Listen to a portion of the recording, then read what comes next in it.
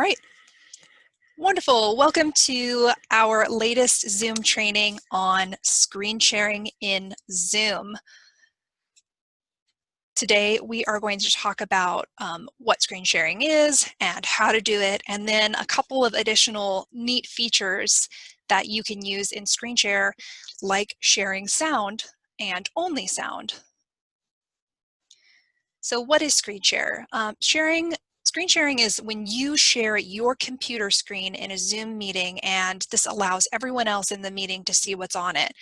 So right now, I have created a presentation and it lives on my computer, but I'm able to share my computer screen with all of you so you can see it. This is not a case of attaching anything. There's no, you don't have to put it on a USB stick. You don't have to do anything in particular. You just have something that is on your screen. It could be a website. So say I've got a class and we're looking at some data, and so we're going to go to the EPA website to look at some EPA graphs.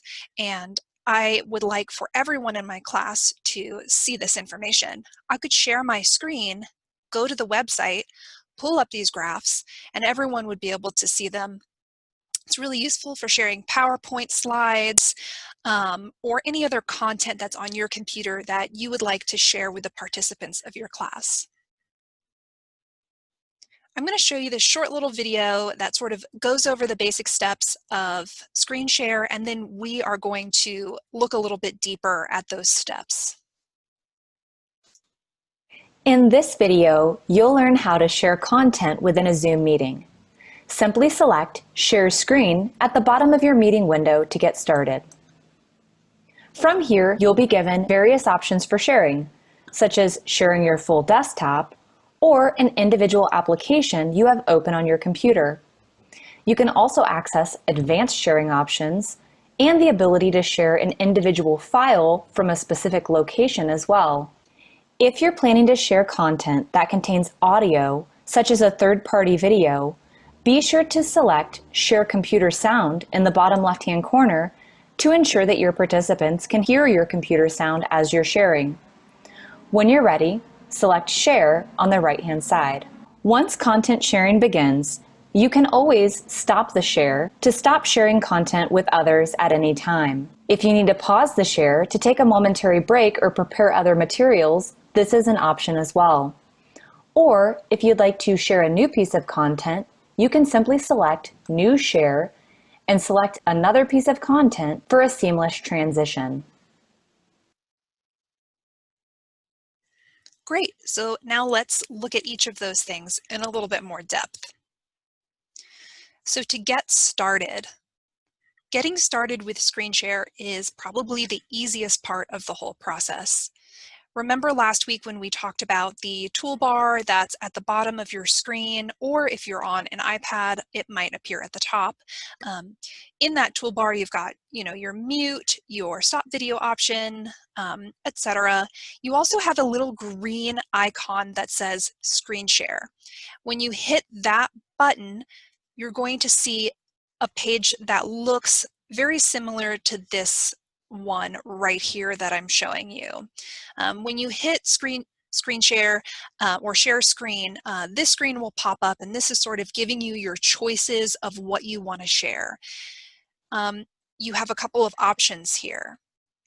You can share your general desktop screen, and this is going to probably be the first highlighted option for you. And that means that you are sharing everything that's on your computer. So you can switch between PowerPoint and websites, and everything that you do on your computer will be visible to your participants through this screen share.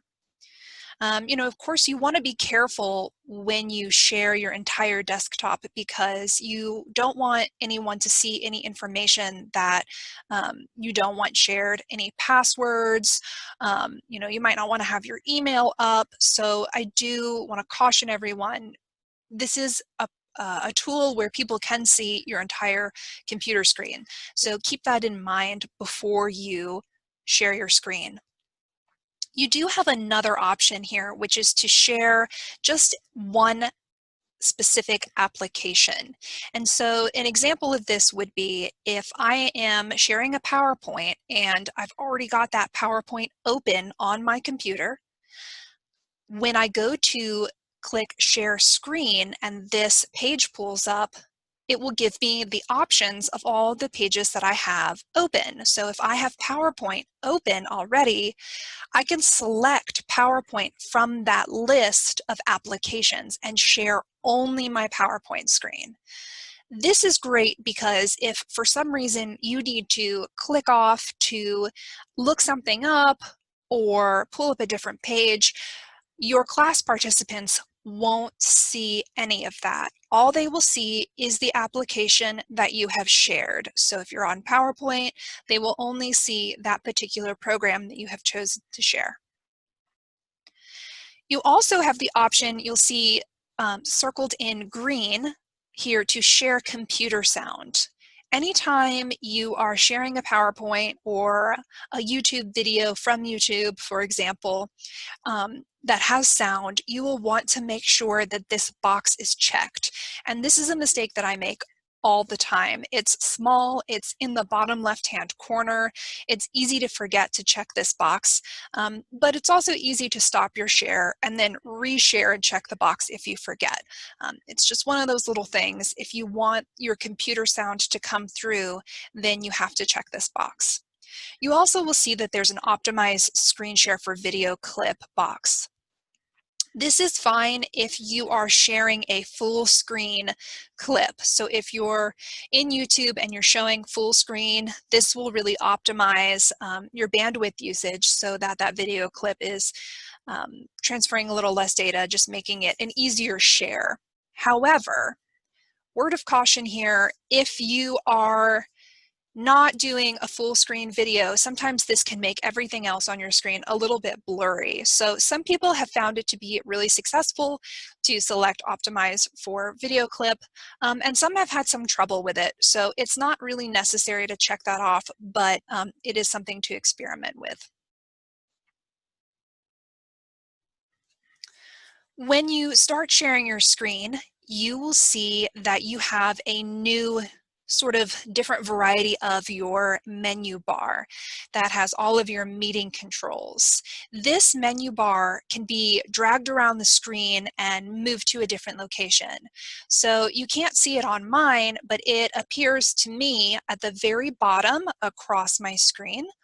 If I wanted to, I could click on it and I could drag it to the side and move it out of my way, but there's no way to get rid of it because this is your menu bar and it has the tools that you'll need to use to stop the meeting or to pause it. So you can adjust it, but it will remain there during your screen share. Again, this is not something that everyone else sees. This is just on your end. Now, excuse me, from here, well, let's talk a little bit about some of the tools that you'll have on this menu bar. A lot of them will be the same. So again, you see that you have the ability here to mute or stop video.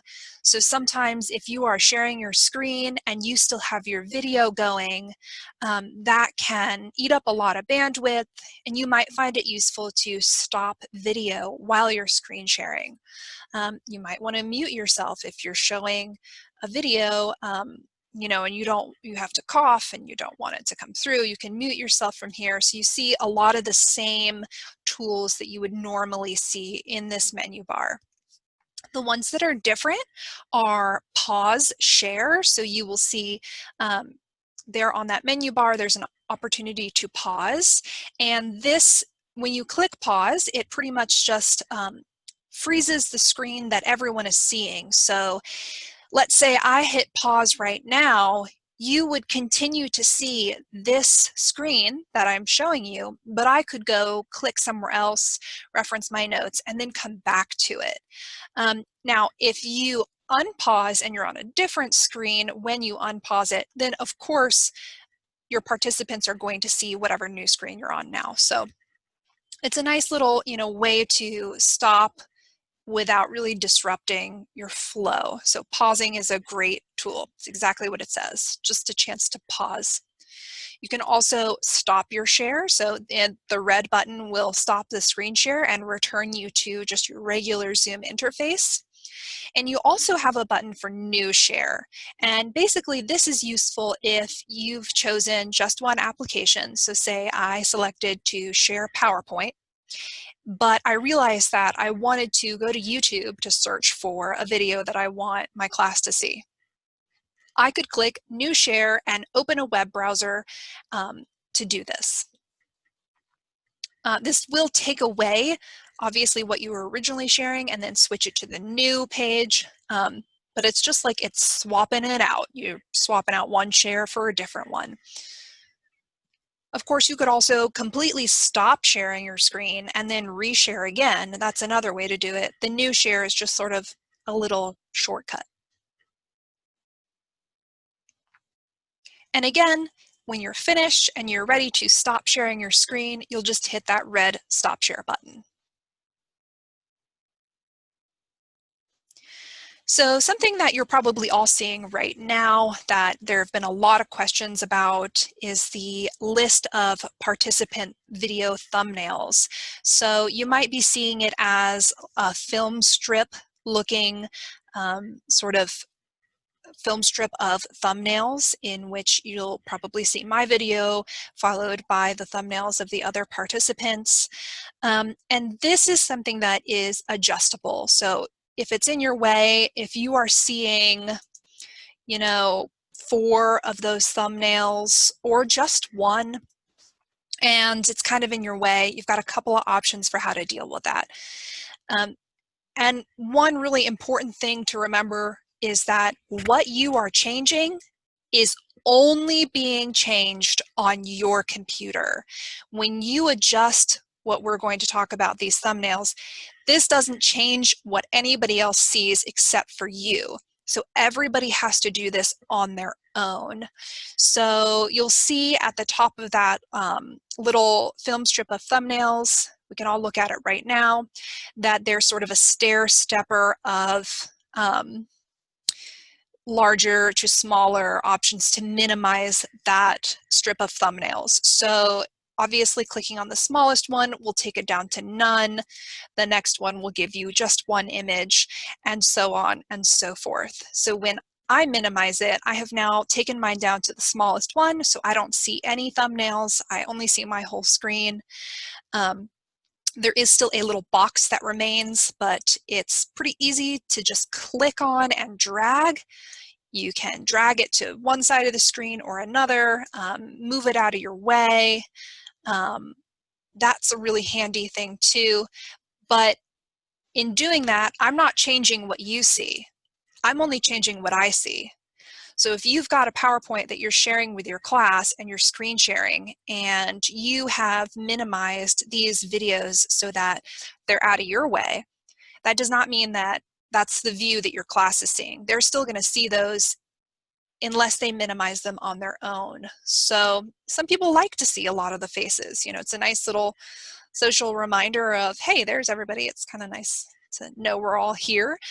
Some are like, no, it's in my way. I want it gone.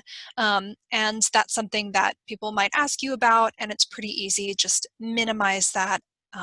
You can compare it to minimizing a website. And so that's something you can play with right now if you want, actually.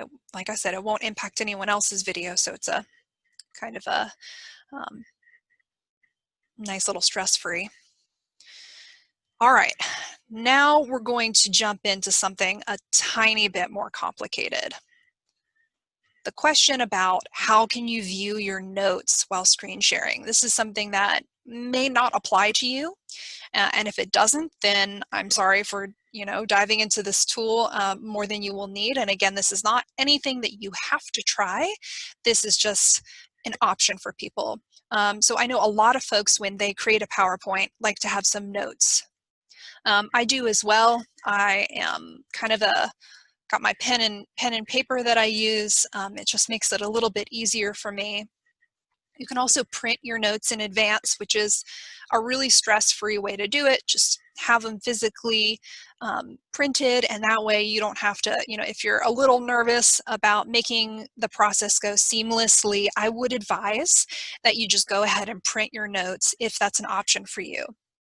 If you're feeling like, hey, you know what, this is not so bad, like I can do this, I would like to deep dive a little bit more, then I'm going to tell you about an option where you can select just a portion of your screen, and that way you can have your notes open, but folks won't see them. So I'm going to go over it first, and then I'm going to demonstrate. The way that you're going to do this is through the advanced settings. So when you hit share screen, you saw that, you had that option of different screens you can pick. If you go to the advanced settings tab, you will have an option to select portion of screen. When you select portion of screen and then hit share screen, a bright green box is going to appear, and this bright green box is going to be what everyone else is seeing. So anything that's inside of that box is going to be the content that the participants see. You can adjust this box, you can make it bigger, you can make it smaller, you can move it around the screen, but whenever you do, it's going to adjust and shift so that your participants then see what is in that box. You really want to, set it up the way that you want it. Another method that I will not be going in depth in today is dual monitors in presenter mode. And if you have a dual monitor setup, you probably already know how to do this. So we are not going to dive into that today, but it is an option. All right, so let's talk through this portion of screen share. All right, so in the first image in the back up here, you see that screen that we looked at a few slides ago. And this is the screen that pops up once you hit share screen. So this is the first thing that appears. It's the one where I was saying, make sure you check the computer sound. All right, that's established. Now, if you click the advanced tab where the green arrow is pointing to, you'll be given a few more options, and those options are shown in this second picture in the forefront. So here in this advanced tab, you see that there is an option to share portion of screen. Great, so you select portion of screen and hit share, and you'll see something like this. So this is an example of my screen, what it would look like if I had just hit portion of screen and hit share. This would appear to me. I see a bright green box, and it is adjusted to fit just the content that I want shared. So you see here that I have my PowerPoint up, and I can also see my notes that are written underneath it. Now, if I were to move the screen box, which you totally can, it is adjustable. When you hover over it, it allows you to make it larger or smaller or move it to a different area. If I adjust that, then wherever I move it, that's what everybody else is going to see. Now, obviously I can't be in full presentation mode from here. You can see that I'm in editor mode, but I have highlighted what I want seen. So to everybody else, it just looks like a regular PowerPoint, except now I can see my notes. This is a little bit more limiting. This is probably best if you plan on staying in your PowerPoint, you're not linking to any other videos. You don't want to be in a position to have to move this box around a lot, because that's going to look visually confusing to people. So you really kind of want to get it set up. All right, here's what I'm going to do now. I am going to stop the share, and I'm going to share my screen again, and this time I'm just going to share a portion of my screen. All right, and we've got a little, you are probably only seeing what's in the green box, which is just a little chunk of my text. but you can see what happens if I move it. Now you're seeing something else. If I go to the next slide, you'll see just a portion. So you can see how that could be really confusing if you're not already set up, if you don't sort of have your box surrounding what it is that you want shared. So again, it's a nice little feature. However, you want to know, excuse me, I'm going back here. You want to know exactly what it is that you plan on sharing, have the page already up and ready. So this is a little more advanced. I don't recommend it unless you're already really comfortable with the tools of Zoom. Printing your notes is a nice safe bet. All right, well, and let's move on now to something that's kind of fun, which is sharing computer audio only. And you would do this if, say, you wanted to have some music play. You're teaching a music class or you're teaching a history class and you want to share a piece of music, whatever the situation might be. In this situation, we're going to return to our familiar share screen button. All right, this is going to be our first step for anything you're doing in screen sharing. You're going to hit that green button on your toolbar that says share screen. Great, easy, we're there. We're going to go back to that advanced tab. That was the same tab where we saw the option to share just a portion of your screen. But this time we're going to choose the option for music or computer sound only. And then of course to stop, you simply click stop share the same way that you would do if you were sharing your full screen, and you will stop sharing your sound. So here's what it looks like. Here we are, we've hit share screen and that first page pops up. We're going to select the advanced tab, and then we're going to, within that advanced tab, select music or computer sound only. And from there, you could open up Pandora or Spotify or whatever music playing program that is your favorite. And whatever sound your computer is making is going to come through to everybody else. So if I were playing my Pandora right now and I was just sharing my computer sound, music would be coming through to your computer and you would be hearing it nice and clear.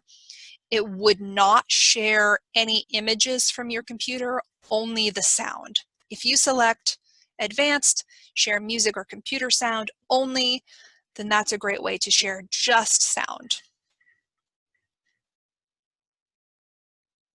And again, like I said before, to end, you would hit stop share. So this brings us sort of near the end, where I think it's important again to talk about just how much bandwidth it takes to share a screen, especially if you are sharing video or sharing sound, which, if you're sharing a video, there's probably sound in it. Turning off your video and asking participants to also turn off their videos will really help reduce the amount of bandwidth. Some folks might have some issues receiving all of that. Here we are on this large Zoom call where we've got, every single video from everyone who's participating. And in addition, we're sharing some additional content. That's a lot of work for your computer to do. So asking folks to stop their videos, or if you are sharing and people are like, hey, you're breaking up, you're freezing, your sound is not coming through very well, stop your video. If you're sharing a PowerPoint, you probably don't need your video to be on anyway. And I know that we just went in depth on some things that were a little bit more complicated. However, again, we're going to encourage simplicity. Especially if you're new and you haven't used any of these tools before. If you are just getting comfortable with the basics of Zoom, please don't try anything advanced that you aren't comfortable with, because we want this to be a success for you. And, you don't have to share just a portion of your screen if you could just share your PowerPoint. So don't make it any harder for yourself than it needs to be. Keep it simple, and it's going to be fantastic and very successful, and we will be here to help along the way.